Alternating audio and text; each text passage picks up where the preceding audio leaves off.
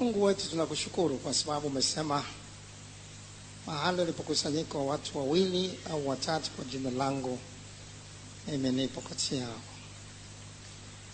Asante kwa sababu katikati yetu na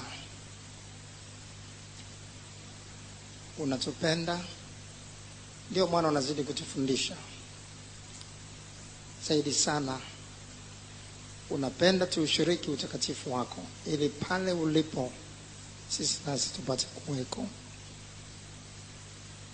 Roho Mtakatifu, tupe ufunuo wa Roho, ili kwa huo basi tupate kulielewa neno lako, ili kwa hilo tupate kuwa safi. Karibu Roho Mtakatifu katika kila hatua tunayoendea leo tena katika somo hili la utakaso, katika jina la Yesu. Amen.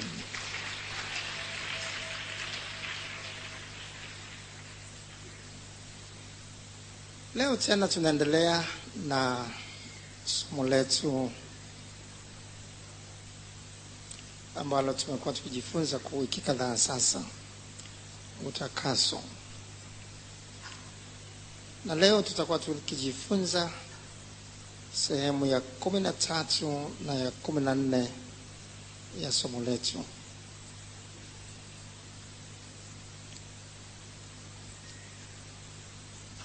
Kwa wale ambao wanaanza nasi sasa, tulijifunza tu kwamba kuna tofauti kati ya kuokolewa na kutakaswa. Mtu ambaye hajaokolewa anahitaji kuokoka. Kuokoka kunampa mtu uwezo wa kushinda dhambi za uasherati, ulevi, manake kunywa pombe, na vyote vingine, kuvuta sigara, kuvuta bangi,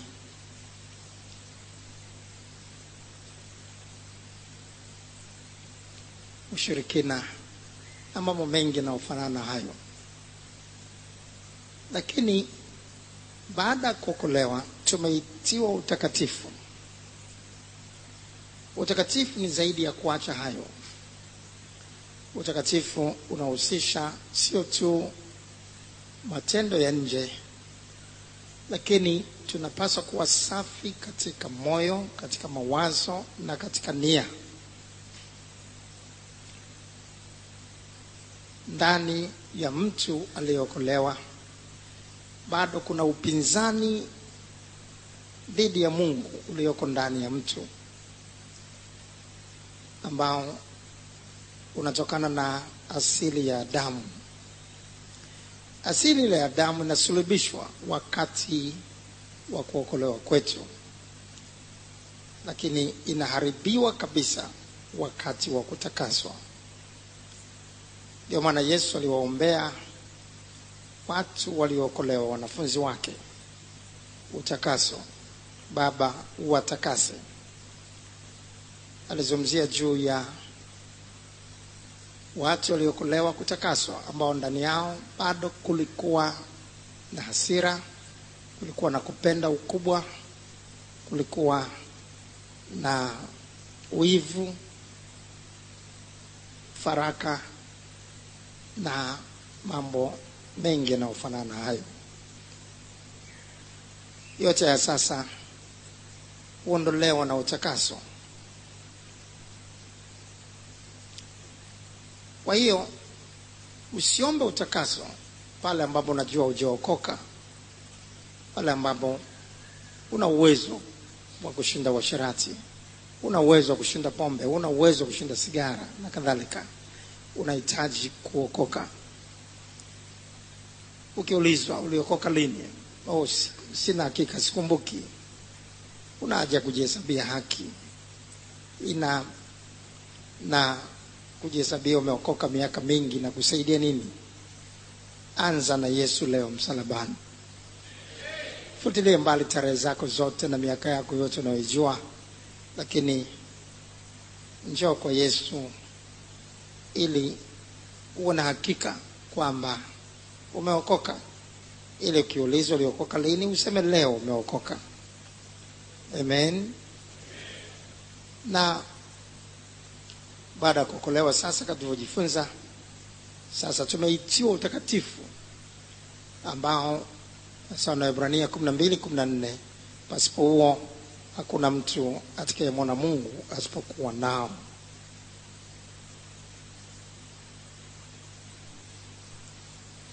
Sasa kwa wiki kadhaa sasa tumekuwa tukiona tofauti kati ya mtu aliyetakaswa na mtu ambaye hajatakaswa.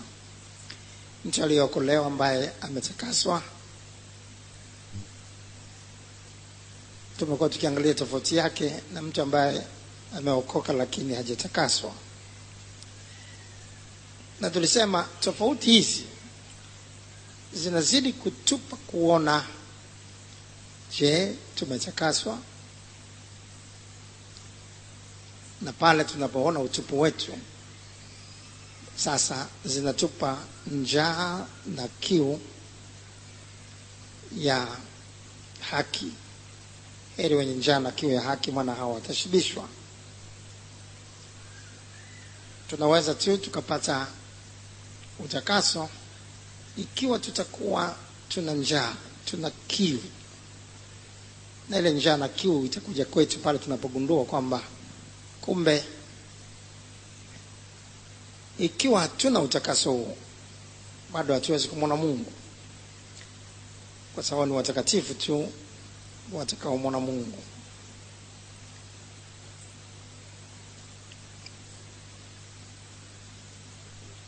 Na Waebrania 12:14 imenena wazi, pasipo huo utakatifu hakuna mtu atakayemwona Mungu.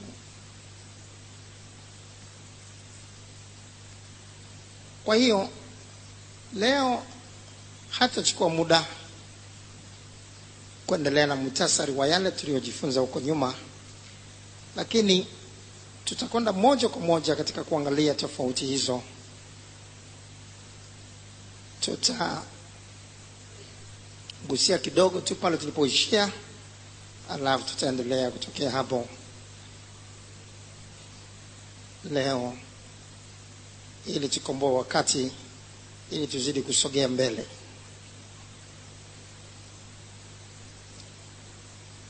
Mwishoni katika sehemu ile ya 12 ya somo letu Jumapili iliyopita, tulijifunza pale tulipokuwa tunaangalia tofauti kati ya mtu aliyetakaswa na yule ambaye hajatakaswa. Tuliangalia kidokezo cha 19 ambapo tulijifunza kwamba utakaso unampa mtu uwezo wa kumpa Mungu nafasi ya kwanza katika maisha yake. Yesu Kristo ni Bwana wa mabwana na tena ni mfalme wa wafalme. Sasa na Ufunuo 19 mstari wa 6. Lakini ni rahisi tu kuimba hivyo na matendo yetu yakawa tofauti kabisa na wimbo huo. Tunaposema mfalme wa wafalme au tunaposema ni Bwana wa mabwana, tunamaanisha kwamba anastahili heshima kuliko mfalme, kwa sababu yeye ni mfalme wa wafalme. Anastahili heshima kuliko bwana yeyote, kuliko boss yoyote, kwa sababu yeye ni Bwana wa mabwana. Na mtu ambaye ameokolewa lakini hajatakaswa hawezi kumpa Yesu nafasi ya kwanza. Ni rahisi kumpa rais nafasi ya kwanza kuliko Yesu. Tukagusia kwamba rais wa nchi kama akikuita Ikulu kwamba anataka kuonana na wewe na kuzungumza na wewe saa 3 asubuhi, ni rahisi mtu asilale na akajikuta anafika pale hata saa 12 asubuhi, hata kabla. Lakini Mungu anatuita katika ibada kama hivi. Anataka kuonana na sisi saa 1 asubuhi, saa 4 asubuhi. Je, unapokuwa nyumbani unawaza kweli ni mfalme wa wafalme amekuita? Unawaza kweli ni Bwana wa mabwana amekuita? Heshima ile na kutetemeka kule ambako ungekuwa nako ambako ungeitwa na rais wa nchi. Je, kwa Yesu anayekuita unaona ni zaidi ya huyo? Kumbuka, tunapoita kwenye ibada kama hivi, Yesu yuko hapa tulipo. Yesu yuko mahali walipokusanyika 2 au 3, mimi nipo kati yao. Lazima tunapokuja katika ibada kama hii tujue hapa Mungu tuko mbele zake. Na ndio maana huwa nawaeleza hao viongozi wa sifa na kuabudu, na sisi wengine wote hatuna budi kujua, tunapokuwa tunamsifu Mungu katika nyimbo, tunatakiwa tumsifu Mungu tukijua yuko kwenye ibada. Sio Mungu ambaye yuko nje ya ibada, sio Mungu ambaye yuko nje ya ibada hii. Tukiwa tunamsifu, maana yake lazima tupate picha kwamba ameketi mbele yetu. Kwa hiyo ikiwa tunaimba nyimbo za sifa, tutasema usifiwe, sio asifiwe, kama vile yuko kwingine mahali fulani. Huyo anayesifiwa yuko mahali fulani kwingine. Hapana, tunaye hapa. Ndio maana tunamwambia usifiwe. Umetenda mema, sio ametenda mema. Ukisema ametenda mema, aliyetenda mema ni mwingine kwingine. Umetenda, lazima tuwe na picha ile kwamba tunazungumza na yeye ambaye yupo. Ni sasa na rais ametuita, tuko kwenye ukumbi na rais yule tunaye. Ikiwa tutakuwa na nyimbo za kumsifu huyo rais, basi tutazungumza kama vile tunamzungumzia yule ambaye tunamuona. Na ndivyo inavyotakiwa kuwa katika ibada. Tukiwa tunamsifu au tunamwabudu, lazima tuseme unastahili, sio anastahili.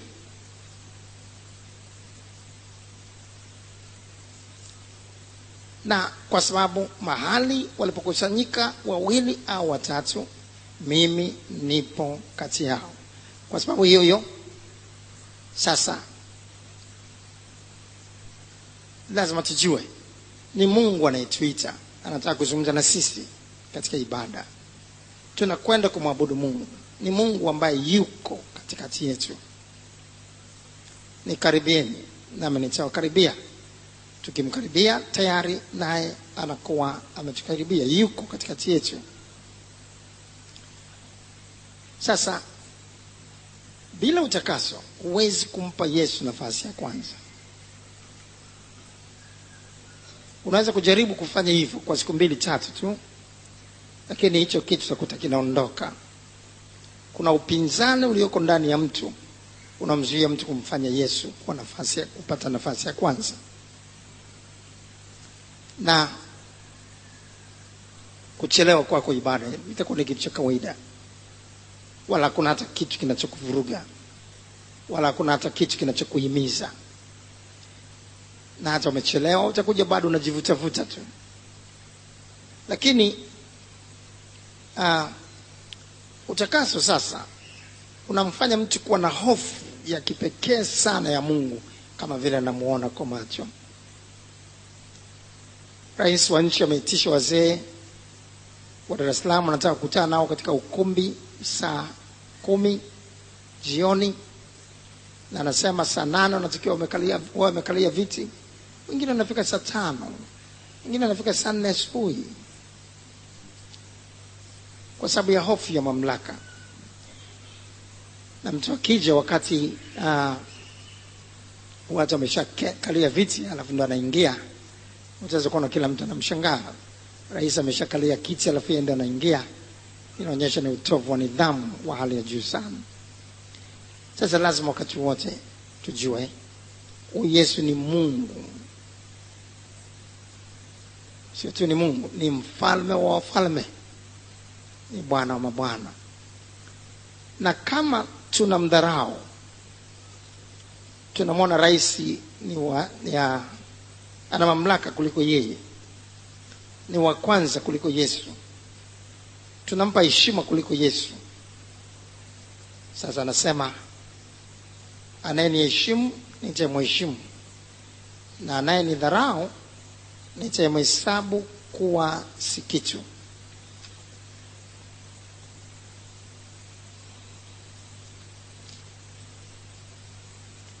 Anayeniheshimu nitamheshimu, lakini yule anayenidharau nitamhesabu kuwa si kitu.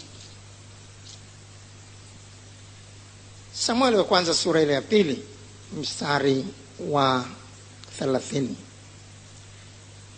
Kumbuka, tusipomheshimu Mungu kwa viwango vya kumfanya awe wa kwanza, ahadi za Mungu ambazo Mungu anakuwa amekusudia kwetu hazitendi kazi. Anagairi kutimiza ahadi zake kwetu. Samueli wa kwanza sura ya 2 mstari wa 29 mpaka mstari wa 30. Samueli wa kwanza sura ya 2 mstari wa 29 mpaka 30 tunasoma. Kwa nini basi, inaendelea kusema mbele hapo, ukawaheshimu wanao kuliko mimi? Kwa nini basi ukawaheshimu wanao kuliko mimi? Mstari wa 30. Kwa sababu hiyo Bwana Mungu wa Israeli asema, ni kweli nalisema kuwa nyumba yako na nyumba ya baba yako itakwenda mbele zangu milele, maana yake nilikuahidi hivyo. Lakini sasa Bwana asema, jambo hili na liwe mbali nami, kwa maana wao wanaoniheshimu nitawaheshimu, na wao wanaonidharau watahesabiwa kuwa si kitu. Unaanza kuona, tukimheshimu, tukampa nafasi ya kwanza kuliko baba, kuliko mama, kuliko mume, kuliko bosi wa kazini, kuliko mfalme wa duniani, na yeye anatuheshimu. Yule anayemheshimu unampa kipaumbele. Yeyote kama unamheshimu, maana yake utampa nafasi ya mbele. Sasa na Mungu sasa atatupa nafasi ya kipekee sana katika kutimiza ahadi zake kwetu. Lakini pamoja na kuimba kwamba mfalme wa wafalme kama tulivyogusia, bila utakaso hatuwezi kumfanya wa kwanza. Utakaso unatupa hofu kubwa ya Mungu. Ni kama tunamuona kwa macho, ingawa macho yetu ya mwili hayamuoni. Na tunajua tuko mbele za Mungu.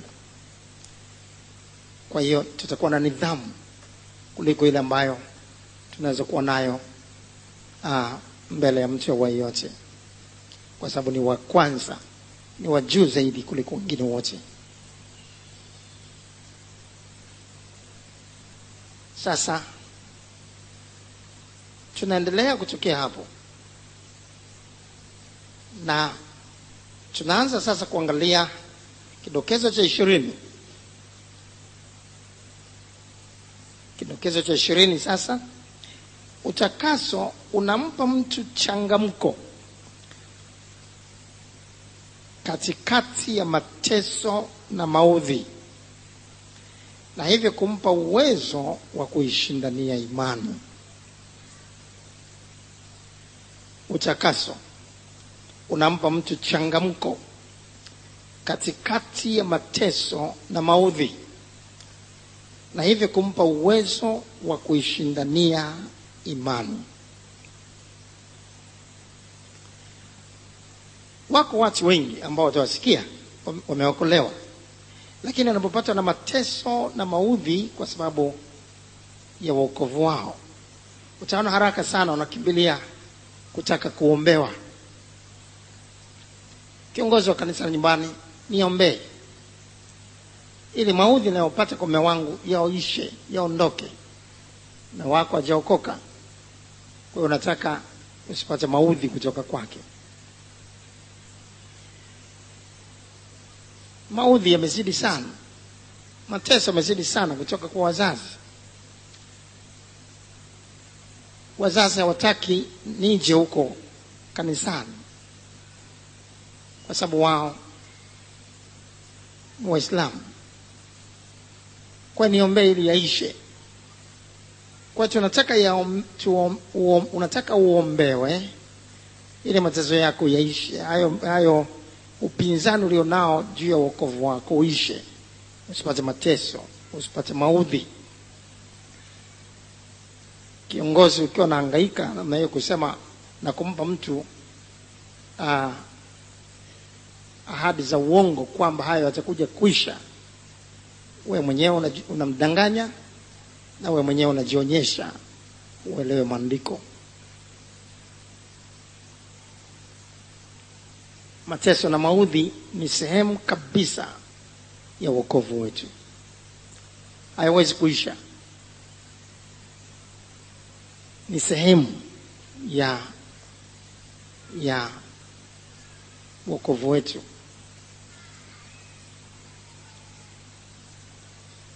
Wengine watasikia wanaimba nyimbo za upotoshaji kwamba kwa Yesu ni tambarare, hakuna milima. Wanaimbaje vile? Tambarare kwa Yesu, tambarare, tambarare, tambarare, tambarare kwa Yesu, tambarare, tambarare kwa Yesu hakuna milima. Mtu ana hii amepagawa. Huyu alianzisha wimbo huu ni mtu ambaye hajui neno la Mungu. Ni mtu amekurupuka tu kama babu, naye akaanzisha wimbo.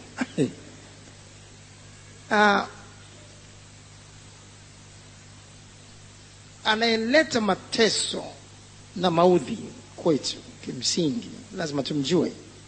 Sio mume wako ambaye hajaokoka, sio bosi wako kazini ambaye hajaokoka, sio wazazi wako ambao hawajaokolewa.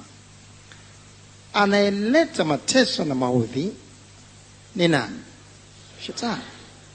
Ni shetani analeta maudhi na mateso kwa lengo moja la kukushika shati, la kukufanya usiendelee mbele katika wokovu, lakini urudi kwake Misri, urudi umtumikie yeye. Ndio lengo lake.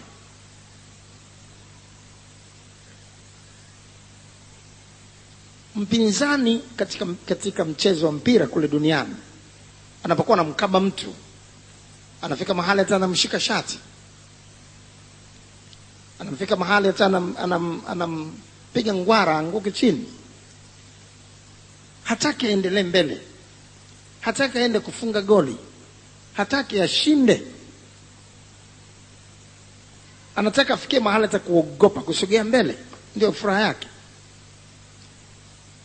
Shetani anajua mbinguni kulivyo kuzuri. Alikuwa kule alipokuwa malaika mkuu kule Lucifer, na hana nafasi ya kuingia tena kule. Kwa hiyo kazi yake ni moja tu, kutuzuia na sisi tusiende kule. Anatuziaje sasa? Kwa kuweka shinikizo, kwa kuwekea mateso, kwa kutuwekea vikwazo, kwa kutuwekea maudhi ya kila namna, ili tufikie mahali kusalimu amri, tugeuke nyuma, tumtumikie, turudi kule tulikotoka. Ndio lengo lake. Na anawatumia zaidi sana watu ambao hawajaokolewa.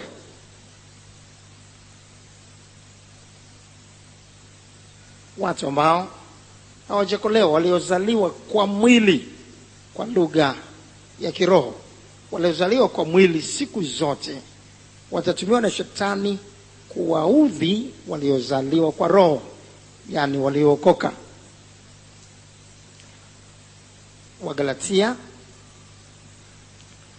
Wagalatia sasa,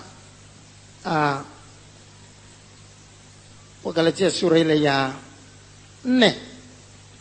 Wagalatia sura ile ya 4 mstari ule wa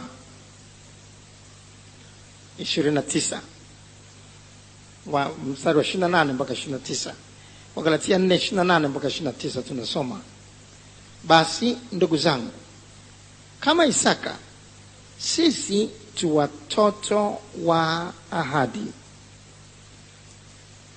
Lakini kama vile siku zile yule aliyezaliwa kwa mwili alivyomuudhi yule aliyezaliwa kwa roho, ndivyo ilivyo na sasa. Lakini kama vile siku zile yule aliyezaliwa kwa mwili alivyomuudhi yule aliyezaliwa kwa roho, ndivyo ilivyo na sasa. Aliyezaliwa kwa mwili maana yake ambaye hajaokolewa.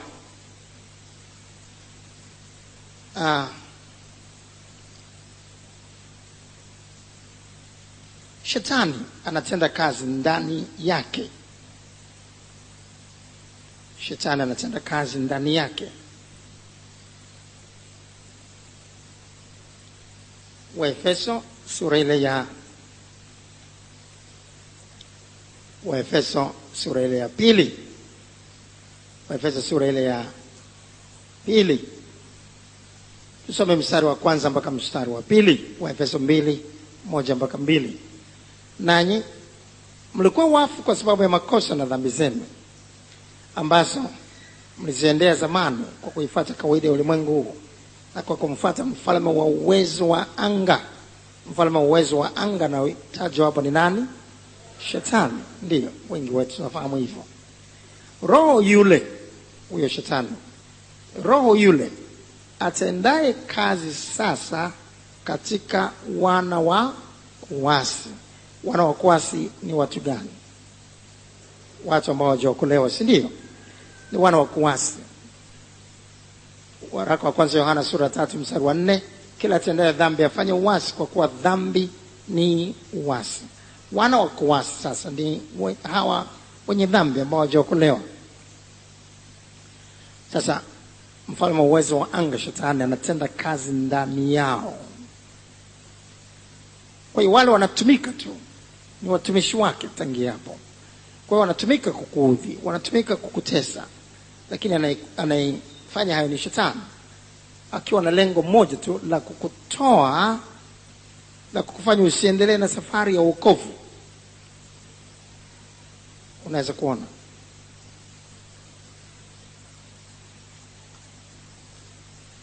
sasa. Kwa sababu hiyo, mateso na maudhi yatakuwa ni sehemu ya utakatifu. Ikiwa tunapenda utauwa, ikiwa tunapenda utakatifu, ikiwa tunapenda kumuona Mungu katika maisha yetu ya milele, tunataka kukaa na Mungu, basi tujue maudhi itakuwa sehemu ya maisha yetu. Kuombewa hakuwezi kuondoa maudhi hayo. Utadanganywa na kudanganyika bure. Utaombewa, utaona bado yako, kwa sababu ni sehemu ya maisha yetu.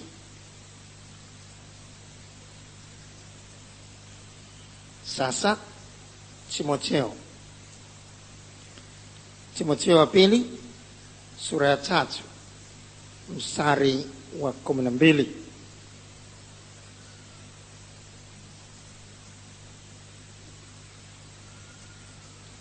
Timotheo wa pili sura ya 3 mstari wa 12.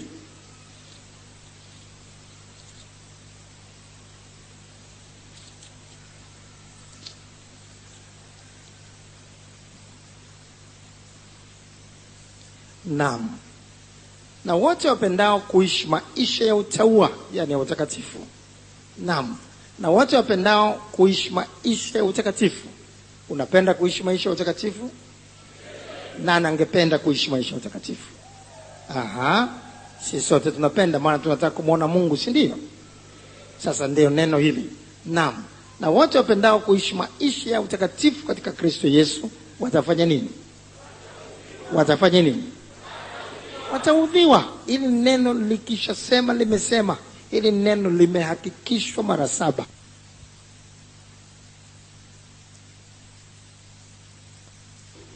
Maudhi tu yanatofautiana kati ya mtu na mtu, lakini kila mmoja atapitia maudhi na mateso ya namna fulani. Wafilipi sura ile ya 1 mstari wa 29 mpaka mstari wa 30. Wafilipi 1 mstari wa 29. Mmepewa kwa ajili ya Kristo, si kumwamini tu, ila na kuteswa kwa ajili yake. Maana mmepewa kwa ajili ya Kristo, si kumwamini tu, ila na kuteswa kwa ajili yake. Hakuna tambarare. Maana mmepewa kwa ajili ya Kristo, si kumwamini tu, ila na kuteswa kwa ajili yake, mkiwa na mashindano yale yale mlioyaona kwangu na kusikia kwamba ninayo hata sasa. Nilikuwa nayo na hata sasa ninayo. Kwa sababu Paulo amekusudia kuishi maisha ya utakatifu. Hii ilikuwa ni sehemu ya maisha yake. Ni mashindano. Yule ambaye hataki twende mbinguni anashindana na sisi kutuvuta mashati, kutuvuta blauzi zetu ili turudi nyuma tumtumikie. Harudi mtu hapa. Nasema harudi mtu hapa. Tumedhamiria kwenda kule, tunataka kuingia Yerusalemu mpya, lazima tuingie Yerusalemu mpya. Amen. Na wewe utaingia. Na wewe utaingia.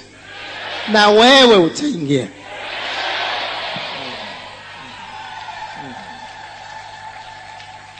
Na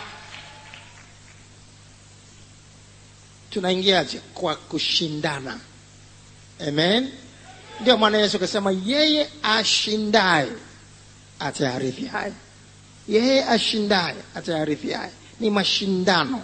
Na ile wa kushinda sasa, ambaye hatarudi nyuma, ataendelea mbele pamoja na mateso na maudhi atakayokutana nayo, huyo ndiye atakayekuwa mshindaji. Na sisi tutakuwa washindaji. Amen. Waraka wa kwanza wa Petro sasa sura ya 4. Hapo utaona neno linatuambia tuwe na furaha katika hayo. Waraka wa kwanza wa Petro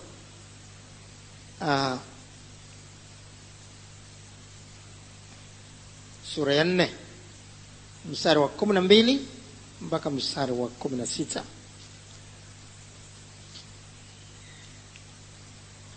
Waraka wa kwanza wa Petro sura ya 4 mstari wa 12 mpaka 16. Hapa tunasoma: Wapenzi, msione kuwa ni ajabu ule msiba ulio kati yenu, kama watu wengine wanasemaje, mbona ananipata haya? Sijaokoka nini? Ninaomba, ninafunga, lakini bado yako. Inakuwaje? Mume wangu bado anaendelea kunivuruga, anaendelea kunitesa. Yani pamoja na kuomba, nimeombewa sana, bado hayaishi. Ninakosea wapi? Usione ni ajabu. Wapenzi, msione kuwa ni ajabu ule msiba ulio kati yenu, unawapata kama moto ili kuwajaribu, kana kwamba ni kitu kigeni kiwapatacho. Lakini kama mnavyoyashiriki mateso ya Kristo, furahini. Kufurahi katika mateso ni rahisi, unafikiri? Ndio maana ya utakaso sasa. Ndipo utakaso unapofanya kazi. Utakaso unakupa changamko katikati ya mateso. Unakupa uwezo wa kuyavumilia na kusonga mbele bila kurudi nyuma. Unaishindania imani katikati ya mateso. Hao wote wanaofikiria na kusema kwa haya yote yanakupata utaacha kuja kanisani, wanashangaa unaendelea kuja. Pamoja na kupigwa fimbo usiku kucha, unaamka kila mahali kumevunjwa, bado unatoka tena. Wanakuambia unakwenda tena na yale yote yanayokupata jana. Umetakaswa, bado utakwenda. Amen. Lakini kama mmeshiriki mateso ya Kristo, furahini, ili na katika ufunuo wa utukufu wake mfurahi kwa shangwe. Mkilaumiwa kwa ajili ya jina la Kristo, ni heri yenu, yani ni baraka kwenu. kwa kuwa Roho wa utukufu na wa Mungu anawakalia. Maana mtu wa kweli asiteswe kama muuaji au mwivi au mtenda mabaya, au kama mtu ajishughulisha na mambo ya watu wengine. Lakini ikiwa, akiteswa kwa sababu ni Mkristo, kwa sababu ameokoka, asione haya, bali amtukuze Mungu katika jina hilo. Amen. Tukiteswa kwa sababu ni Wakristo, kwa sababu tumeokoka, kwa sababu ya imani yetu, tusione haya. Ni sehemu ya mashindano yetu. Amen.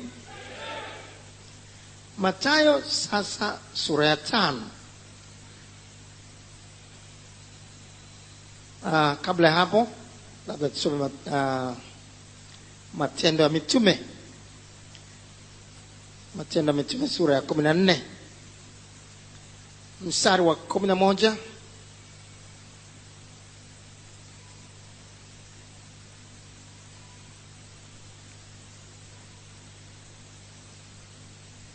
Matendo ya Mitume 14 ni mstari wa 21 mpaka mstari wa 22.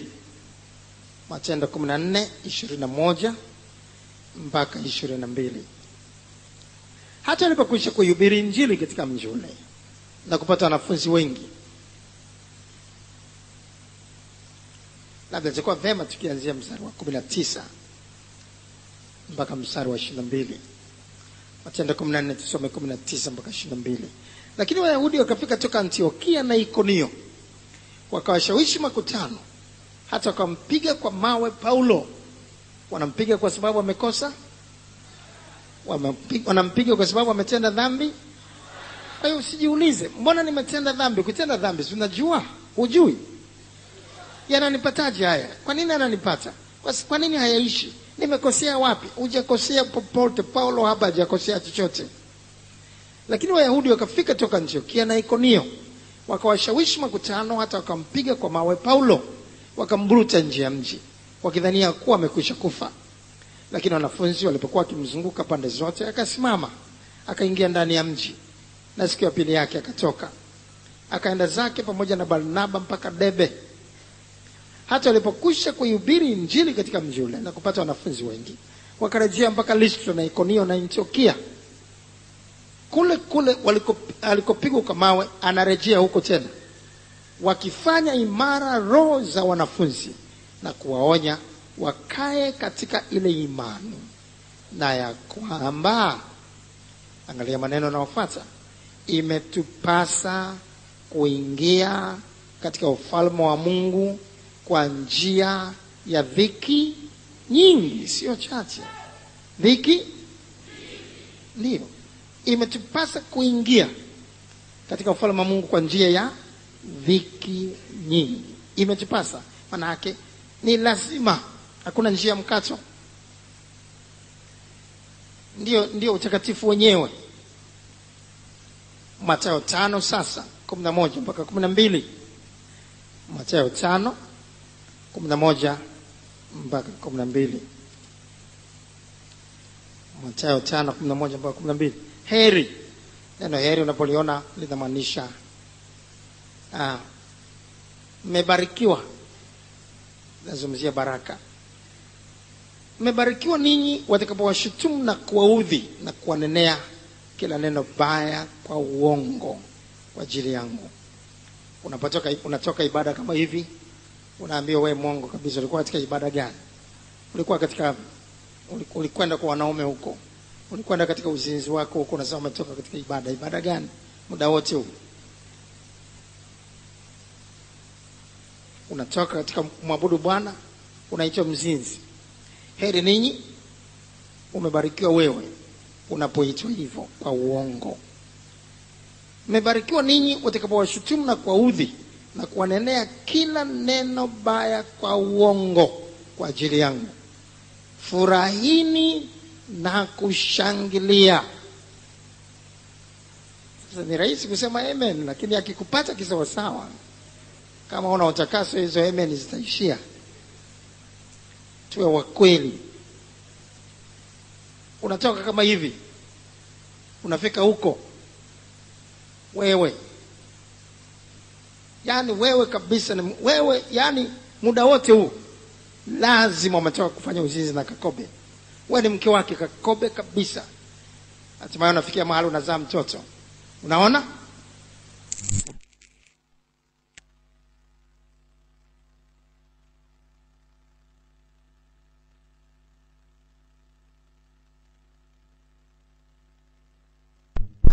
Huyu sio mtoto wangu huyu. Wa Kakobe mpeleke huko.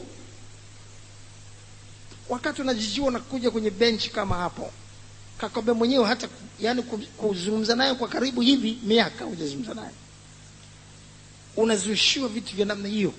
Sasa naambiwa furahi na kushangilia. Yani maana yake ukisikia hivyo upige gelegele. Piga gelegele. Rahisi.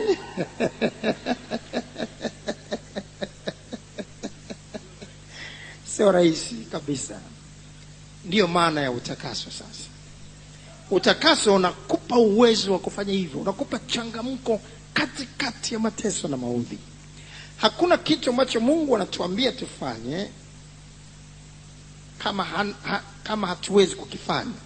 Lakini lazima tukumbuke, anasema pasipo mimi ninyi hamuwezi kufanya neno lolote.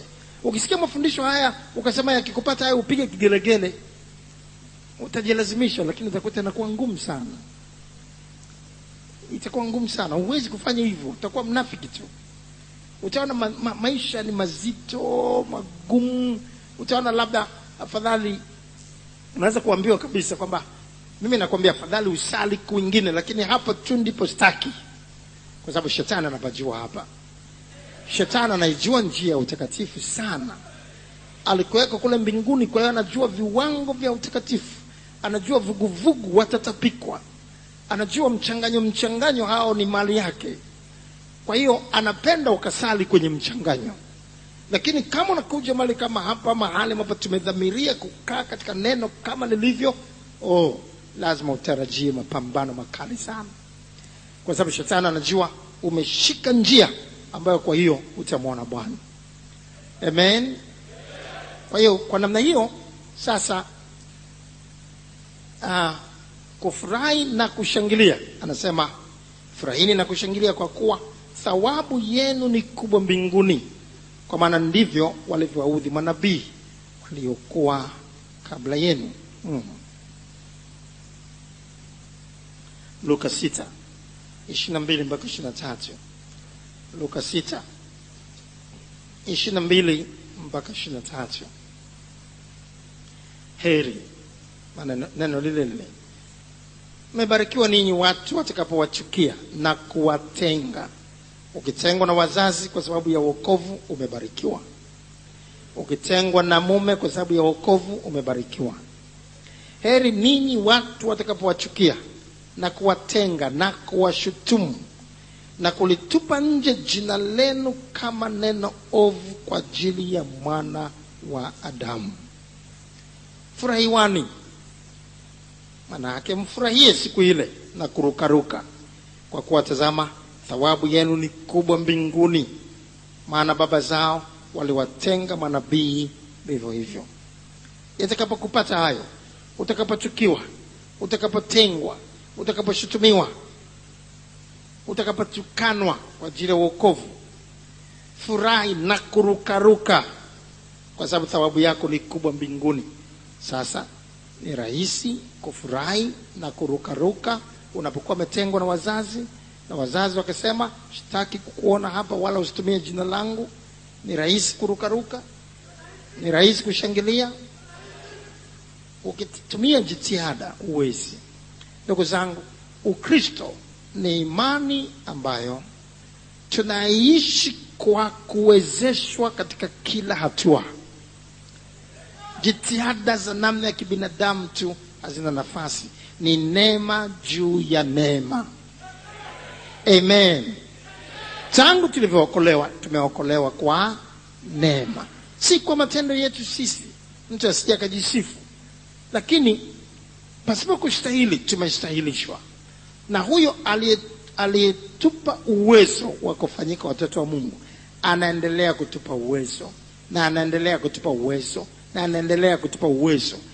Bila uwezo utafikia mahali kusema maisha haya ni magumu. Utafikia mahali na kusema full gospel hapa sipawezi, hapa sipawezi. Utatafuta mahali kwenye mchanganyo, utazidi kujiweka kwenye shimo tu. Ni afadhali ungekuwa kwenye dini yako tu ya zamani, kwa sababu unatumia jitihada zako. Utaona kweli haiwezekani. Vile vile ulivyokuwa unasema haiwezekani kuokoka duniani, hatimaye ukaamini kuna kuokoka. Sasa unakuja tena unasema haiwezekani kuwa mtakatifu, haiwezekani kufanya hivi na vile. Hapa sheria zimezidi. Sio sheria za kanisa, ni neno la Mungu. Amen. Jitihada zako haziwezi kabisa, haziwezi. Lakini tunaweza kuishi maisha haya kwa kuwezeshwa. Kwa kuwezeshwa ndipo tunapoweza kufurahi na kushangilia katika mateso. Ndipo watu wanapoweza kuja na kutuangalia wakiwa wanalia, wanakuta sisi tunachangamka, tunasema mnalilia nini? Mnalilia nini? Kitu gani kinawafanya mlie wakati nyinyi wenyewe mnaniona mimi silia hapa?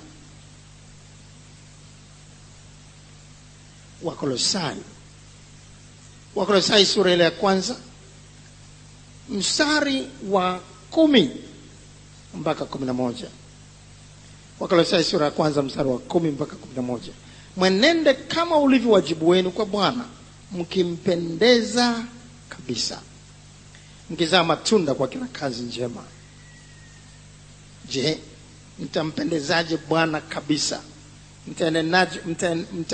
Mtaenenda namna gani kama ulivyo wajibu wenu kwa Bwana katika mambo yote? Mstari wa 11 tuseme wote, mkiwezeshwa kwa uwezo wote, kwa nguvu zaidi tena. Ndiyo, tunaweza tukampendeza kabisa Bwana wetu Yesu Kristo. Tunaweza tukaenenda kama ulivyo wajibu wetu katika mambo yote kwa kuwezeshwa kwa uwezo wake wote. Amen. Sio kwa jitihada zetu, sio kwa nguvu zetu. Ukitumia jitihada kama ambavyo tumekuwa tukijifunza tangu mwanzo wa somo hili, unaweza ukajitahidi ukafanya hivyo kwa muda mfupi tu, lakini utaendelea. Wakati utakatifu ni tabia ambayo tunatakiwa kuwa nayo, ni maisha yetu, ni usiku na mchana, ndivyo tunavyoishi, hatuishi vinginevyo. Na si kwa namna ya kuigiza, lakini ndio maisha yetu yalivyo. Sasa utakaso unatupa uwezo wa kuishi hivyo. Yakobo sura ya 5 mstari wa 10. Utakaso unatupa sasa uwezo wa kufurahi tukiangukia majaribuni, tukiwa katikati ya mateso na maudhi. Yakobo sasa sura ya 5.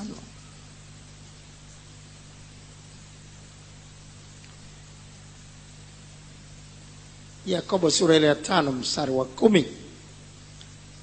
Ndugu, watwaeni manabii walionena kwa jina la Bwana, wawe mfano wa kustahimili mabaya na wa uvumilivu. Ndio, tunawekewa roho ya uvumilivu ndani yetu ambayo haitupi kukata tamaa.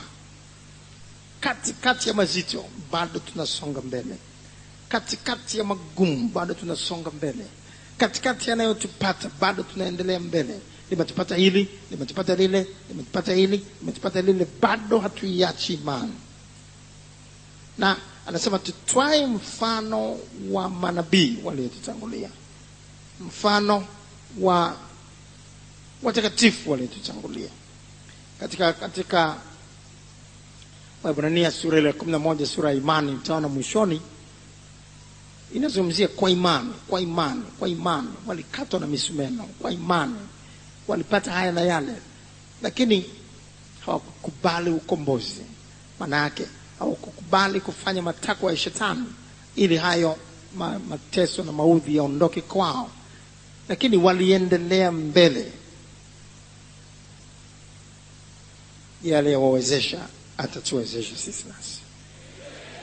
Utaona mitume kwa mfano katika Matendo ya Mitume sura ya 5. Matendo ya Mitume sura ile ya 5. Matendo ya Mitume sura ya 5 mstari wa 34 mpaka 42 tunapata habari yote.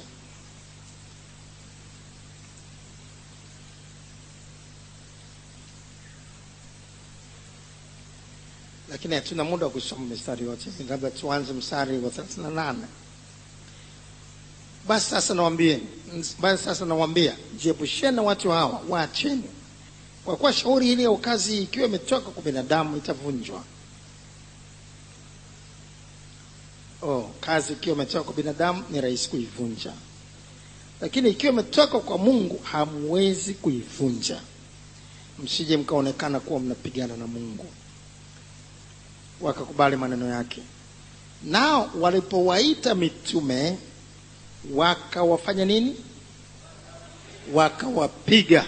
Kupigwa, ukikuta wakati ule unataja kupiga, lazima mtu anavuliwa nguo. Anavuliwa nguo, alafu ndio anapigwa kwa bakora. Anavuliwa nguo. Wanaume hawa mitume wanavuliwa nguo mbele ya wanawake, mbele ya watoto, alafu anaanza kupigwa bakora. Ndivyo walivyofanywa hapa. Wakawapiga, maana wanawapiga wakiwa uchi. Utaona katika Matendo ya Mitume 16 juu ya Paulo na Sila, walivuliwa nguo ndio wanapigwa. Na hapa ndivyo ilivyokuwa inavyokuwa. Wakakubali maneno yake, na walipoita mitume wakawapiga, wakawaamuru wasinene kwa jina lake Yesu. Kisha wakawaacha waende zao. Wanatoka kwenye ile baraza sasa katika kupigwa huko. Wanatokaje? Wanasikitika, sasa Mungu imekuaje, ameacha yote amenipata. Ni manunguniko. Hapana. Nao wakatoka katika ile baraza wakinungunika.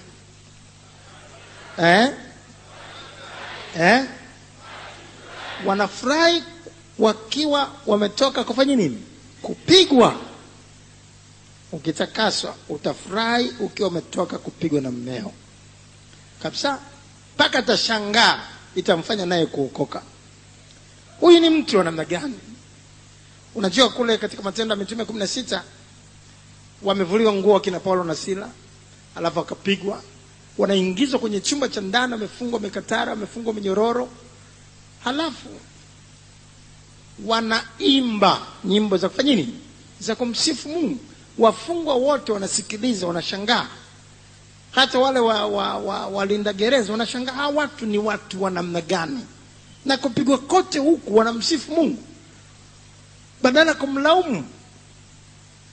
Bwana Yesu, jina lako litukuzwe, jina lako lihimidiwe. Hakika wewe unastahili. Hakuna Mungu mwingine na wewe. Asante kwa sababu wewe ni mkuu na utaendelea kuwa mkuu. Watu gani hawa? Wanaimba na nyimbo na furaha. Wanaimba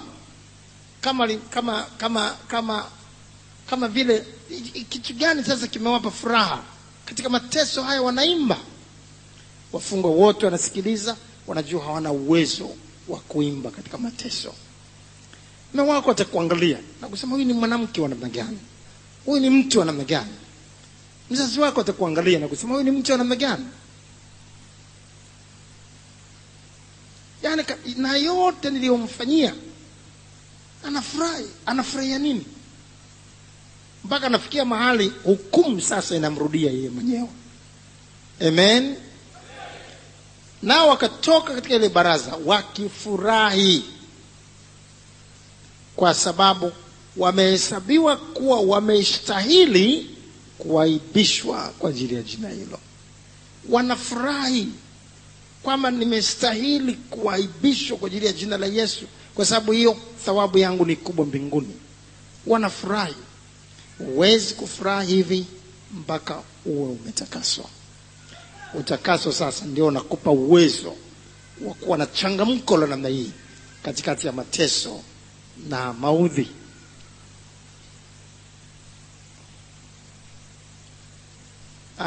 Katika historia ya kanisa la kwanza kunakuwa na habari ya mabinti wawili au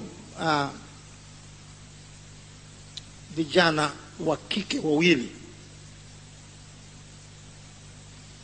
Mmoja alikuwa anaitwa Perpetua na mwenzake alikuwa anaitwa Felista.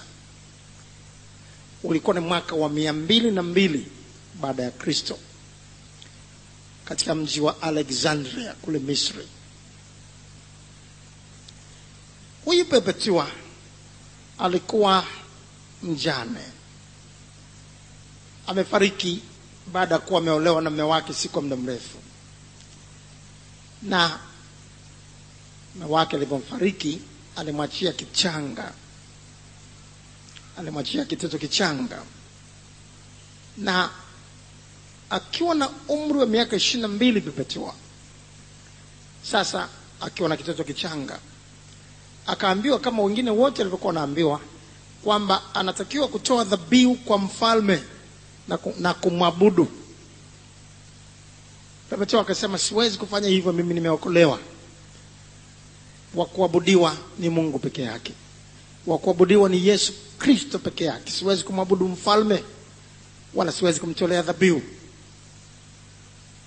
Sasa mama yake alikuwa ameokoka, lakini baba yake alikuwa mpagani. Na historia ya kanisa la kwanza inaeleza, sasa wakamwambia, kama hauko tayari kumwabudu mfalme, hauko tayari kumfanyia dhabihu, sasa mwisho wake utauawa kama wale walivyouawa kwa vifo vya kutisha. Na kwa sababu ilikuwa ni kawaida, yeyote ambaye hataki kumwabudu mfalme, hataki kumtolea dhabihu, kumfanyia dhabihu kwa namna ile ya kumfanyia Mungu, ilikuwa lazima uawe. Baba yake ambaye huyu alikuwa mpagani, ambaye hajaokoka, akamsihi sana Perpetua. Akamwambia, mwanangu, ikane tu imani kwa ajili ya mtoto mchanga uliye naye. Baba yake amefariki, halafu nao ufariki sasa, ufe ukiacha hiki kichanga namna hii ambacho sasa unakinyonyesha. Alikuwa anakinyonyesha kile kitoto. Itakuwa mbaya sana. Ikane imani japo kwa sasa kwa ajili ya huyu mtoto. Perpetua akasema, siwezi kamwe kumkana Yesu Kristo. Siwezi kamwe kuikana imani. Perpetua akashikwa, akapelekwa jela. Alipelekwa jela akiwa na kichanga. Sasa hatimaye kule akateswa akiwa anasubiriwa kutolewa kwa ajili ya kwenda kuuawa. Na mlinzi wa gereza kule akamsihi sana Perpetua kwamba ikane imani kwa ajili ya kichanga kile, naye hakusikilizwa. Hatimaye ikafika wakati sasa Perpetua akapelekwa pamoja na wanafunzi wengine wa Yesu 4. Ilikuwa ni katika arena, ilikuwa ni katika kama uwanja tunavyoweza kusema leo, uwanja wa taifa. Sasa watu wanakaa kwa maelfu yao, alafu kunakuwa na